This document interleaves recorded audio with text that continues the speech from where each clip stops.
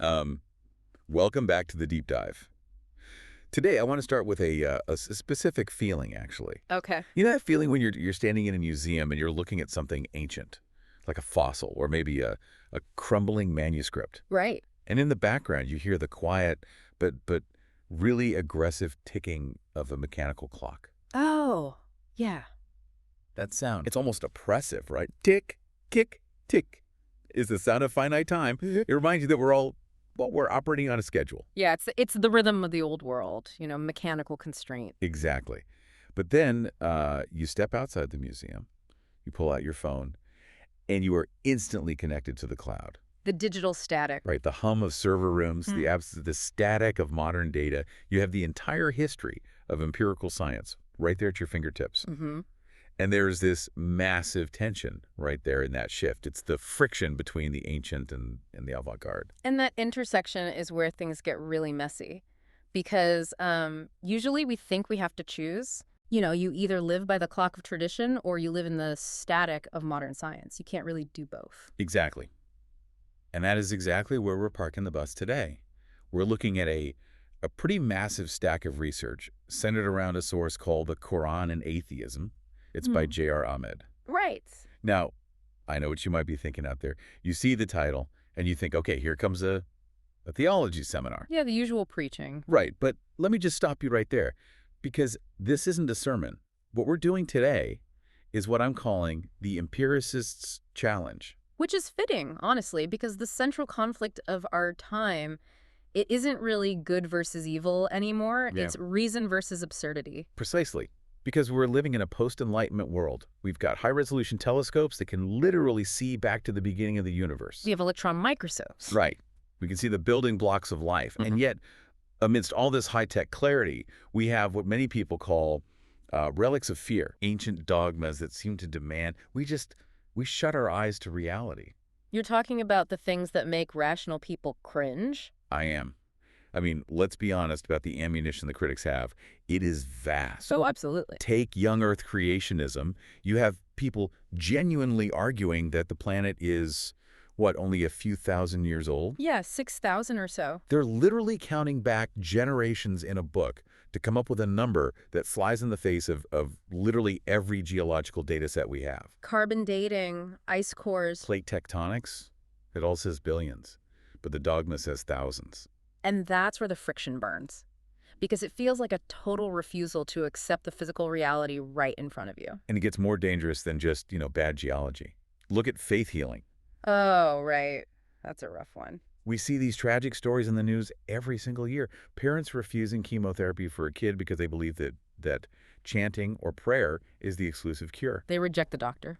They reject the medicine. And the result is a completely preventable death. It paints this picture of religion as not just irrational, but actively harmful. Yeah, it frames faith as a suspension of the intellect, like it's a requirement to just turn off your brain to save your soul. So that is the challenge we are throwing down today. We're looking at this specific source material, the Quran, and asking the hard question, does this text demand that same blind adherence to the irrational? Right. Or, and this is where the research really surprised me, Yeah. is there a lost layer of logic buried under centuries of cultural dust? And that is what we call the rationalist's pivot. The argument in the source material is not what you usually hear. It's not trying to apologize for the text. It's trying to deconstruct it as a system of what the author calls architectural justice. Architectural justice. Yeah. It's a really cool phrase, but what does it actually mean in this context? It means viewing the universe and the text itself, not as a collection of magic tricks, but as a rigorous system of cause and effect. The core argument here is that atheism rejects absurd beliefs, right? Superstition, magic, anti-science. We can all agree on that. Yeah, of course. But this source claims that the Quran also rejects those exact same things. Wait, hold on. You're saying the religious text and the atheist critic are actually standing on the same side of the line when it comes to superstition? In a manner of speaking, yes. The source proposes a framework where faith isn't about ignoring science. It's about the application of a universal logic. Okay, that is a massive claim. Because if we're going to bridge the gap between a 6,000-year-old Earth and the Big Bang, we have to talk about time. We do. We have to talk about the clock. We really do. And to do that, we have to kind of take off our English-speaking glasses and put on a linguist's hat. We need to look at the Arabic. Let's dig into this. Yeah. Because the standard atheist critique, and honestly, the standard scientific critique is pretty straightforward. Right. Religious texts often claim the Earth was made in 6 days, Monday to Saturday, essentially. Yeah. But we have starlight that has been traveling for billions of years. We have fossils in distinct strata of the Earth. A 6-day creation is what critics call a primitive cosmology. It's easily debunked. It is debunked if, and this is a really big if, you're reading a translation that equates the word day with a 24-hour solar cycle. Right. But the source material drills down into the specific Arabic root word used in the text, which is yom. Yom, okay. I've heard this word before. In modern Arabic, doesn't it just mean day, like see you in a yom? In modern conversational Arabic, yes. If I say I'll see you in a yom, I mean tomorrow. I mean 24 hours. Right. But we aren't reading a modern newspaper here. We're reading a classical text with ancient Semitic roots. And in that context, yom is far more elastic. Elastic how? It denotes a cosmic epoch or a sovereign phase. It's a distinct era of time. So it's not defined by the rotation of the Earth. Think about it logically. How could it be defined by the rotation of the Earth before the Earth was even created? Oh, wow. Right. The text speaks of the days of creation regarding the heavens and the earth. If the sun and earth haven't formed yet, there is no sunrise. There is no sunset. There's no 24-hour clock. Exactly. That actually makes a lot of sense. I hadn't really thought about the mechanics of a day before the sun literally existed. So it's a period of time, not a calendar date. Precisely. And the source points to a specific verse, 22:47, which explicitly addresses this relativity. It says, "A day with your Lord is like 1,000 years of what you count." Yeah. Now, don't get hung up on the number 1,000.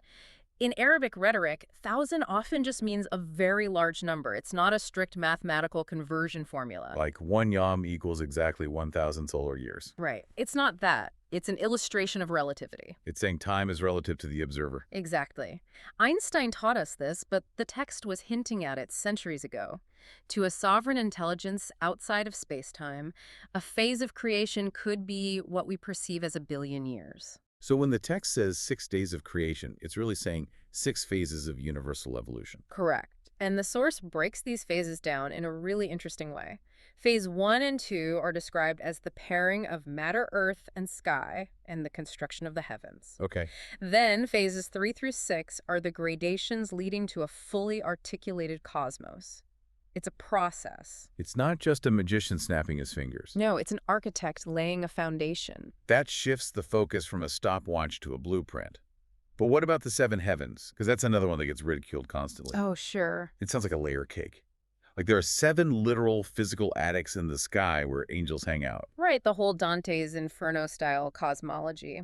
But again, we have to look at the linguistics. In Arabic rhetoric, the number 7 is often synonymous with multiplicity, or more importantly, perfection. For perfection. It implies the Camille state. Camille. It means complete, state of absolute completeness. When the text speaks of 7 heavens, the argument is that it's describing a structural completeness of the cosmos. Okay, so it implies the universe is a functioning closed system. Exactly. It lacks nothing. It doesn't have holes. It works perfectly. So if I'm understanding this correctly, the source argues that the Quran never actually gives an age for the Earth. No date setting whatsoever. 0. Which is incredibly convenient, but it also leaves it totally open to scientific discovery.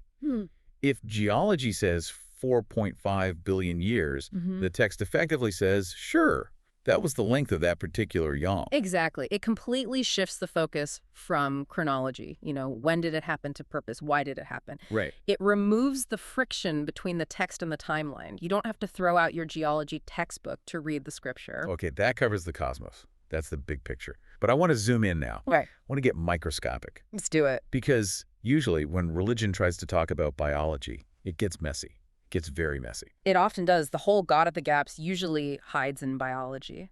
Right. And here, the soundscape in my head shifts.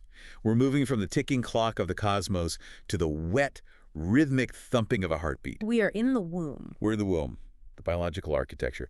And the controversy here is very specific in the sources. There's a verse, 23:14, that describes the development of the embryo. Right. It says the bones form, then they are clothed with flesh. The bone and flesh objection, it's an absolute classic in these debates. And it's a classic for a good reason. Because if I grab a modern embryology textbook, it's going to tell me that the precursors for bone, the sclerotome, and the precursors for muscle, the myotome, they differentiate from the mesoderm at roughly the exact same time. Right, it's parallel processing. It's not a serial process. Mm-hmm. So the critic looks at this and says, aha, the text has the order completely wrong. It says A, then B, but science says A and B happen together. Right. So is this a scientific error? Is the author of the text just guessing and getting it wrong? That is the histological view. You're looking at the cells under a microscope. And if you look at it strictly as a timeline of cellular differentiation, the critic has a very strong point. Right.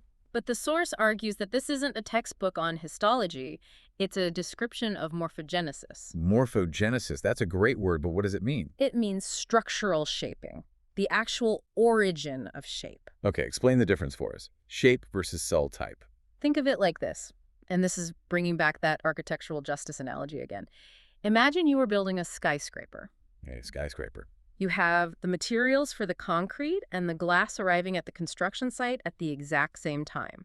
You might even start pouring some concrete slabs while the glass panels are being prepped over in the yard. So chronologically, the materials are there simultaneously. Exactly. But structurally, what has to happen for the building to actually exist? Well, you need the steel frame. Yeah. You need the skeleton.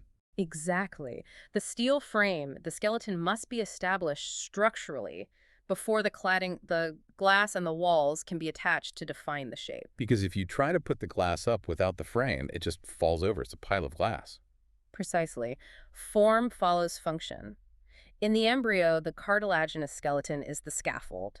It has to harden and provide that rigid identity, that structure, before the muscle mass can physically clothe it to provide bulk and mobility. Because the muscles need something to pull against. Exactly. They need the leverage of the bone. So the text isn't giving you a lesson in cellular differentiation at all. It's describing the functional necessity of construction. It's the scaffolding analogy. The sequence describes how the human form is stabilized. It's an engineer's observation, not just a biologist's. The bone defines the shape. The flesh clothes the shape. And that functional order is absolutely undeniable. That is a wildly different way of reading scripture. It's almost technical. It treats the body like a machine being assembled. It is very technical, and that technicality continues when we look at the idea of magic, because this is where the empiricist usually has the biggest problem with religion. Oh, absolutely. This is the big one. We're transitioning now. Imagine the vast, echoing acoustics of a desert at night. Just wind and silence. Right, the kind of place where you feel incredibly small and the world feels vast and scary. The environment of the ancients. Yes. And one of the biggest things atheists disdain is the magical thinking aspect of religion. You know, amulets, rabbits' feet, blue beads used to ward off the evil eye. Yeah. It's what we call the placebo of fear. Yeah. We want control over a scary environment, so we imbue random objects with power. And the common assumption is that religion promotes this, that religion is the actual source of these superstitions, that the priest is the one selling you the amulet. Exactly. But the source material argues the exact opposite. It argues that the Quran operates on a strict logic of cause and effect. It actually rejects the intrinsic power of objects completely. Wait, really? So the religious text is fundamentally anti-magic? Completely anti-magic. Relying on a talisman, a rock, a piece of paper, a bead, violates the core concept of tawhid, or universal oneness. Oh, so? The logic is simple. This rock has no power. The only power is the universal system, which is God's laws. If you think a blue bead protects you, you are attributing power to a random object rather than the actual laws of physics and providence. So true protection isn't casting a spell or wearing a charm? No. True protection is adherence to moral and natural law. You don't wear an amulet to stay safe.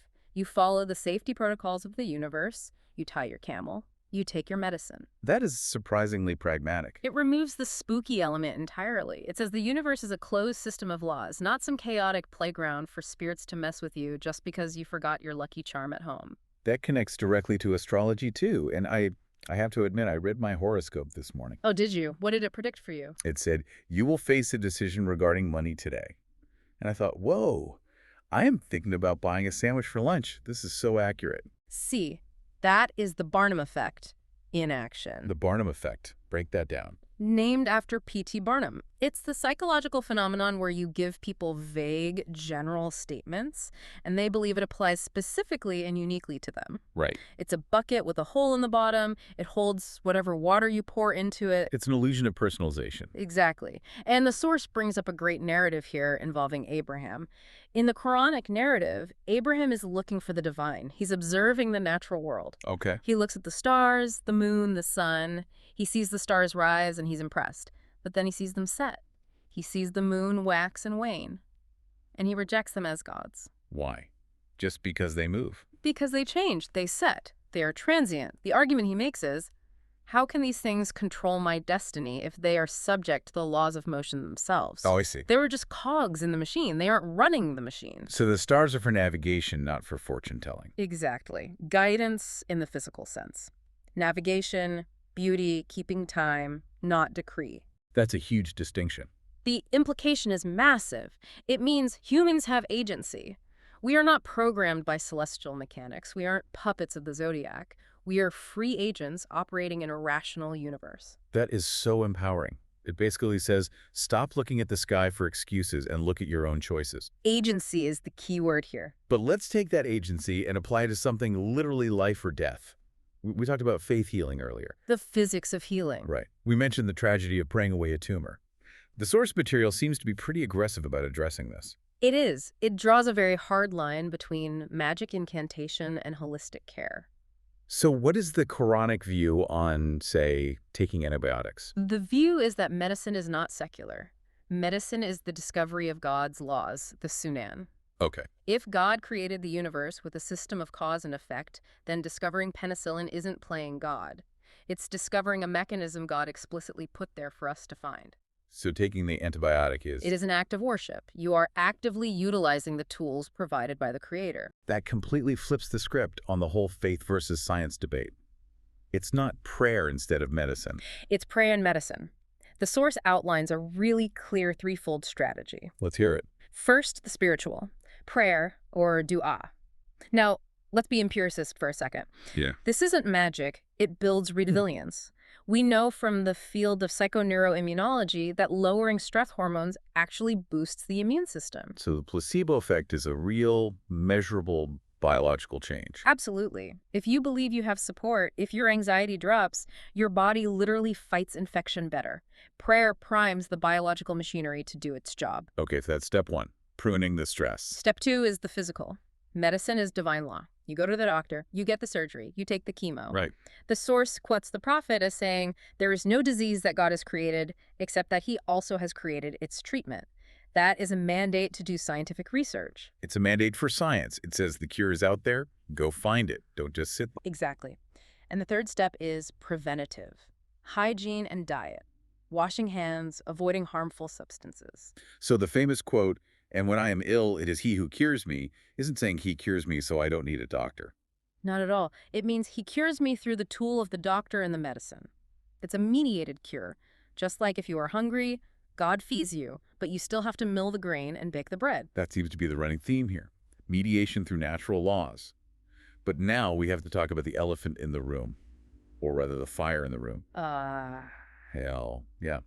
This is the hardest sell for the modern mind. We could talk about embryos and antibiotics and relativity all day, but then we get to the torture chamber. Right, the concept of eternal punishment. The atheist objection here is incredibly strong, and honestly, I feel it too. Infinite punishment for finite sins seems wildly unjust. It feels like a primitive control mechanism based purely on fear. Do what we say or you burn forever. How does the source reconcile reason with a pit of fire? This is where the source pivots to a concept that I think is truly fascinating. It calls it social entropy. Social entropy. Okay, I'm listening. Explain that. The source argues that hell and paradise are described in the text as consequences, not caprice. Caprice meaning just random anger. Right. It's not God getting angry and throwing a tantrum because you didn't bow down properly. It's a natural feedback loop. A feedback loop of what? Of corruption. Look at the imagery used for hell. Fire, smoke, heat, suffocation. The source argues these symbolize the natural, inevitable result of corruption, greed, and injustice. Okay. There is a verse that says, "Corruption has appeared on land and sea because of what the hands of people have earned." What the hands of people have earned, so we built the fire. We built the fire. Think of a society that has collapsed due to social animosity, Right. burning resentments, massive wealth gaps, exploitation, greed. What does that society actually look like? It looks like a war zone. It looks like gridlock. It looks like, yeah, well, hell. Exactly. It's chaotic, it's hot, it's suffocating, you can't trust your neighbor, everyone is out for themselves. Right. The metaphor is that hell is the state of a soul or a whole society that has collapsed under the weight of its own injustice. It is a self-inflicted state of ruin. It's thermodynamic entropy applied to sociology. So it's not an arbitrary dungeon created by a sadist in the sky. Yeah. It's the logical endpoint of a specific trajectory of behavior. Correct. If you live a life of burning anger and consuming greed, you end up in a state of burning and consumption. It's just cause and effect. So paradise, then. Paradise is harmonic justice. It mirrors a community built on trust, righteousness, and a total lack of exploitation. Cool shade, flowing water, peace.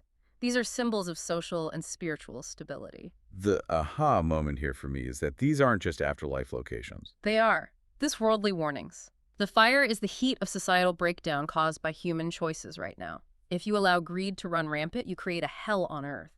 The afterlife is just the continuation, the ultimate realization of that exact same trajectory. That makes it so much more immediate. It's not just about being scared of what happens when you die. It's about being terrified of what you are actively creating while you are alive. Precisely. It shifts the burden of proof from the deity back to the human. It asks you directly, what kind of world are you building? Speaking of the human, let's talk about the ghost in the machine. Consciousness. The unseen consciousness. The materialist view on this is pretty bleak, right? Consciousness is just brain chemistry. Neurons firing in the dark. When the brain dies, the lights go out.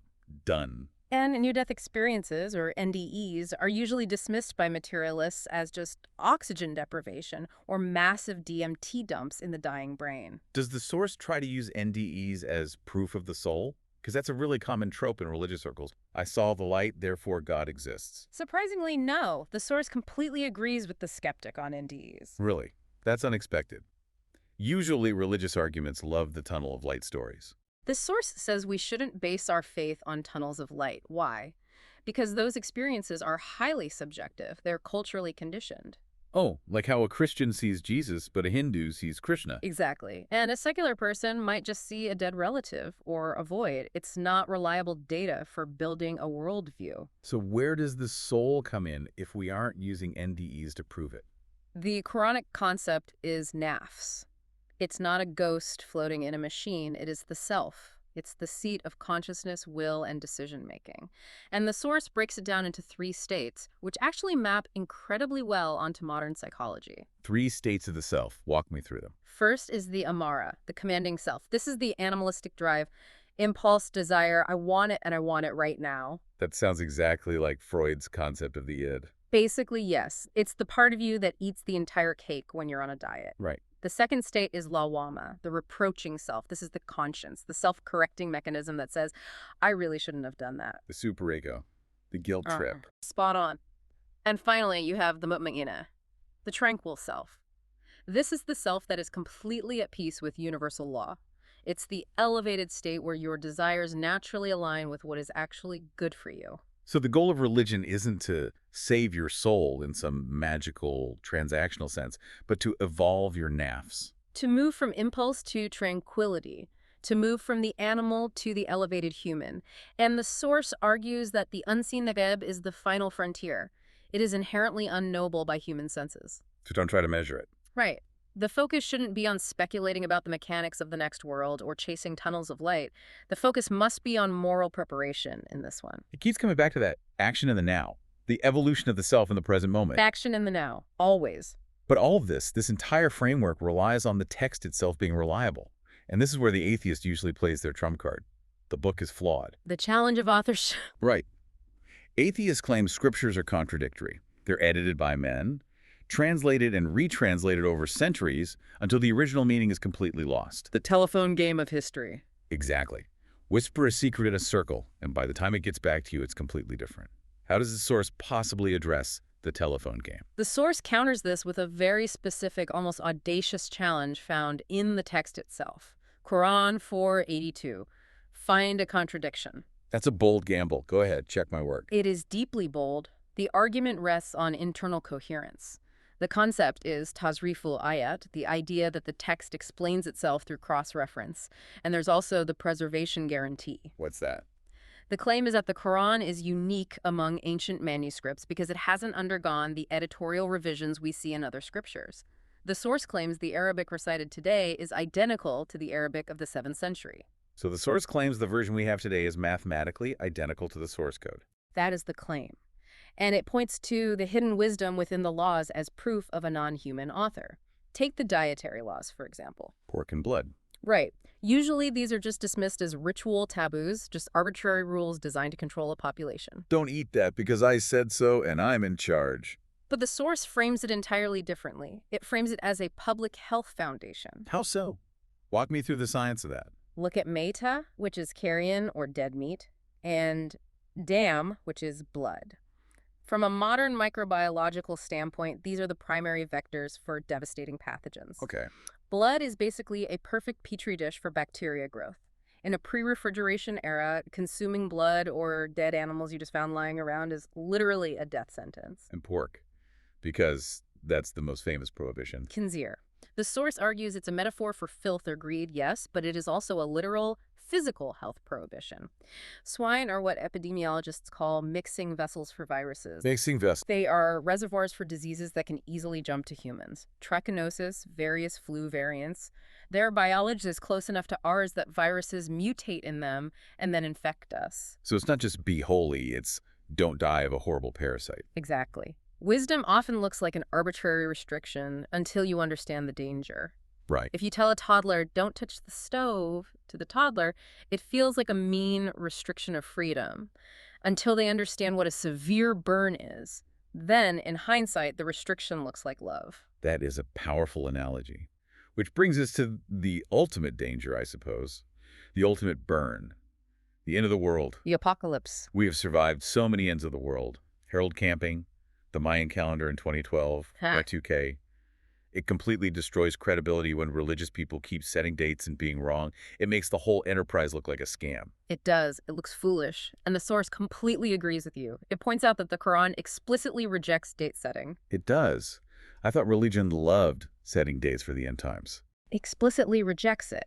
It states that only the sovereign intelligence knows the timeline. The hour is unknowable by design. So anyone giving you a date is, by definition, contradicting their own book. Exactly. If someone stands on a corner and says the world ends on Tuesday, the source says they're inherently a liar. The source shifts the focus from when will it happen to continuous readiness. Continuous readiness. What are you doing right now? How are you living today? It's the live like you were dying philosophy, but applied on a cosmic, civilizational scale.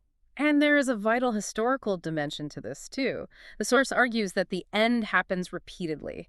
Empires rise on justice, they become wealthy, then they become corrupt, then they fall. That fall is their apocalypse. So the fall of Rome was an apocalypse, the collapse of the Bronze Age, the fall of the Soviet Union. Exactly. It's the observable cycle of human history. It brings us right back to architectural justice. If you build a society on a bad foundation about corruption, greed, injustice, the building eventually inevitably falls. Yeah. That collapse is the judgment. You don't need a magical lightning bolt from the sky.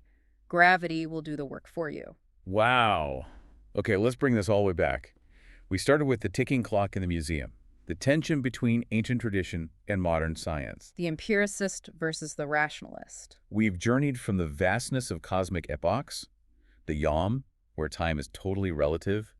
We've looked at the microscopic scaffolding of the embryo, where form strictly follows function. We looked at the physics of healing, where medicine is an act of worship. We looked at the sociology of hell, where entropy literally burns down corrupt societies. And we've looked at the psychological evolution of the self. And the thread connecting all of it is that it's not about magic. None of it is. It's about structure. It's about architecture. The argument presented in the source isn't about blind faith at all. It's about reasoned submission. It's about using the human intellect to recognize patterns. biological scaffolding, social feedback loops, historical cycles. It's a call to look at the massive machinery of the universe and say, this isn't random, this is built. And that leads us to the final thought. The contemplative silence. The source suggests that the unseen, the Gabe, isn't a void. It isn't just empty space where we shove our superstitions and fears. It is the domain of sovereign intelligence. Because if the visible world is built on such rigorous mathematical architecture, from the steel frame of our bones to the orbital mechanics of the stars, what is the architecture of the things we can't see? That is the real question. Is the silence empty? Or are we just not listening on the right frequency? That is definitely something for you to think about next time you hear that clock ticking. Thanks for diving in with us. See you next time.